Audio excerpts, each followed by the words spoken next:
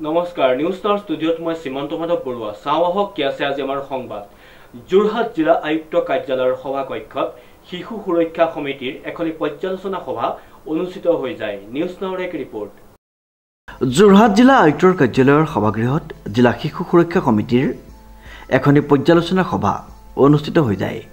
জিলা শিশু সুৰক্ষা সমিতিয়ে জিলাখনত শিশুসকলৰ সুৰক্ষাৰ ক্ষেত্ৰত লোৱা বিভিন্ন পদক্ষেপ সন্দৰ্ভত সভাত পুংখানুপুংখভাৱে আলোচনা কৰা হয় সভাত জিলা পৰিষদৰ মুখ্য কাৰ্যবাহী বিষয়াগৰাকীয়ে ভাষণ প্ৰদান কৰি জিলা শিশু সুৰক্ষা সমিতিয়ে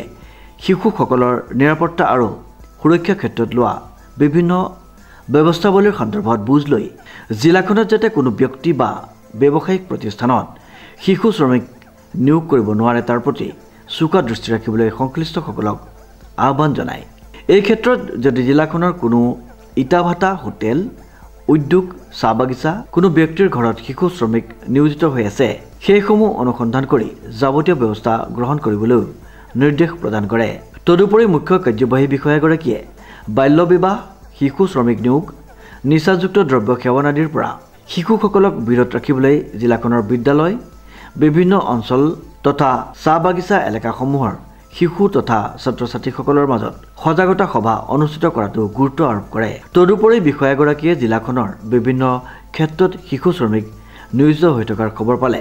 তাৎক্ষণিকভাৱে শিশু সুৰক্ষা সমিতিৰ লগত যোগাযোগ কৰিবলৈ আহ্বান জনায় সভাত শিশু সুৰক্ষা সমিতিৰ বিষয়াই পাৱাৰ পইণ্ট প্ৰজেকশ্যনৰ জৰিয়তে জিলাখনত শিশু সুৰক্ষাৰ ক্ষেত্ৰত লোৱা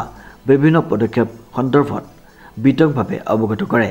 উক্ত সভাখনিত অতিৰিক্ত আৰক্ষী অধীক্ষক জিলা মহিলা আৰু শিশু কল্যাণ বিষয়া জিলা আইন প্ৰাধিকৰণৰ বিষয়া সহকাৰী শ্ৰম আয়ুক্ত পৰ্যবেক্ষণ গৃহৰ বিষয়া শিশু সুৰক্ষাৰ লগত জড়িত কেইবাটাও স্বেচ্ছাসেৱী সংগঠনৰ বিষয়ববীয়া উপস্থিত আছিল উৎপল দাসৰ ৰিপৰ্ট নিউজ নাও